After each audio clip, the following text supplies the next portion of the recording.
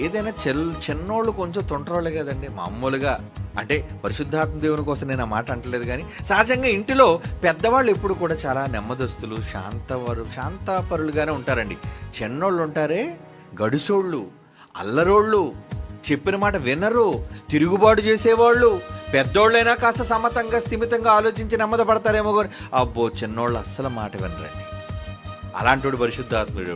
పెద్దోడు యేసుప్రభు అనుకోండి, నాన్న ఏమనంటే సరేలే నాన్న, పోన్లే నాన్న, తమ్ముళ్ళ కోసం ఆలోచించినాన్న, వద్దులే నాన్న, కోప్పడకలే నాన్న, ఈయనంటుంటే ఊరుకాని నువ్వేంటి అలాగంటావు, నాన్నని విసిగించేస్తున్నారు, ఒక్కసారి నేను దూరిపోతాను ప్రభువా నాన్న, ఒకసారి దూరిపోతాను, సంసంలోకి దూరిపోతాను, లేదంటే దండుపాళెంలోకి దూరిపోతాను, ఏది చంపేయడానికి. పరిశుద్ధాత్మ దేవుని యొక్క స్వభావం అది. మీరు అనుకున్నారు పరిశుద్ధాత్మ దేవుడు స్వభావం అని, కానీ వీళ్ళకి ఏమర్థమైంది ప్రపంచానికి? ఓ జుట్టు విరబూసుకుని గెంతరు అనుకున్నారు, కిందన పడిపోయి టపటపటపట దొరలం అనుకున్నారు. అదే పరిశుద్ధాత్మ దేవుడు. ఏమర్థమైంది? బైబిల్ అర్థమైతేనే కదా అని స్వభావం అర్థమయ్యేది. పరిశుద్ధాత్మ దేవుని స్వభావ రహస్యాలు అంటే బైబిల్లో దేవుడు రాయించాడు, చదివితే కదా అర్థమయ్యేది. ఏ రోజైనా ఎవరండి ఆలోచిస్తున్నారు పరిశుద్ధాత్మ దేవుని గురించి? అసలు పరిశుద్ధాత్మ దేవుడు ఎవరో అన్న విషయమే తెలియదు. అతను దేవుడా, దేవుడికి తమ్ముడా, లేదా అతను కూడా దేవుడు లాంటి తండ్రి అయిన సాటి దేవుడా, ఏమీ తెలియదండి ఎవరికి. ఎవరినైనా అడగండి చెప్తారేమో, చెప్పలేరు. ఇక దేవుడా అని. అందుకే యేసు ప్రభు వారు బాప్తీసం పొంది నీళ్లలో నుంచి బయటకు వచ్చాడా? ఎక్కడ? యోర్దాను నదిలో. ఎవరు వచ్చేసారు ఆయన దగ్గరికి?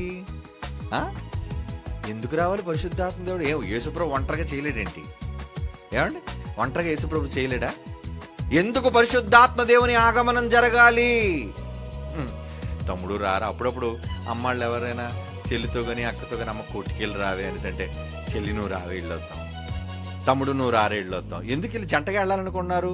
ఎక్కడికి వెళ్ళినా సరే ఈ అన్న తమ్ముల సంబంధం, అక్క చెల్లెల అనుబంధం ఇవి ఉంటూ ఉంటుంది. మరి నేను వెళ్ళిపోతాను కదరా, ఇవన్నీ చేయడం అంటే నాకు ఎంతసేపు ప్రేమలోనే ఎక్కువ శాతం ఉంటుంది కానీ ఇవన్నీ చేయడం అంటే పెద్ద తలపోటురా. సరేలే అన్నయ్య నేను వస్తాను కదా, అంతేనండి. యేసుప్రభు పనిలోకి దిగాడో లేదో ఇలాగా బాప్తీసం పొంది నీళ్ళలోంచి బయటికి రాగానే ఎవరు వచ్చారట? అన్నయ్య వచ్చాను నేను. అమ్మయ్య తమ్ముడు వచ్చావా, హ్యాపీరా, వెరీ గుడ్. బాప్తీసం పొందగానే ఎక్కడికి వెళ్ళాడు తెలుసా అండి? ఎవరితో నడిపించబడ్డాడని బైబిల్ ఉంటుంది చూడండి. అరణ్యంలోకి వెళ్ళిపోయాడటండి. అరణ్యంలోకి వెళ్ళాడట. అరణ్యంలోకి ఎవరు తీసుకెళ్లారు? చదువుదాం అన్నమాట. మత్తయి సువార్త 4వ అధ్యాయం 1వ వచనం చూడండి. అక్కడ పరిశుద్ధాత్మ దేవుడు